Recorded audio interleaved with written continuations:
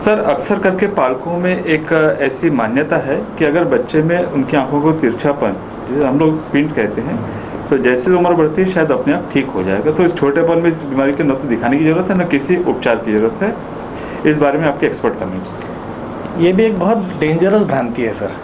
In fact सिर्फ पालकों में भी नहीं है, बहुत सारे जनरल हमारे जो मेडिकल कलीग्स हैं उनमें भी ये भ्रांति है कि ये तिरछापन जो है वो कुछ दिनों में अपने आप ठीक हो जाएगा।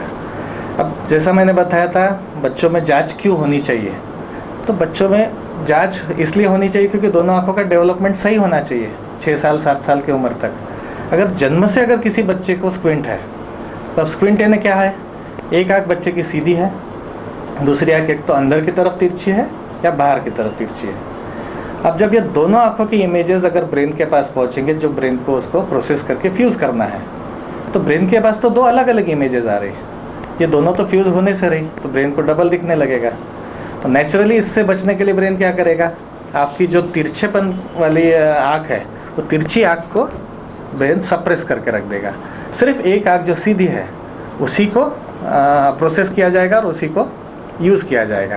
यानी एग्जैक्टली नेट रिजल्ट क्या हो रहा है, वही हो रहा है जो एक आँख में हाई नंबर था। ऐसे केस में वो आँख जो तिरछी है वो डेवलप ही नहीं होगी।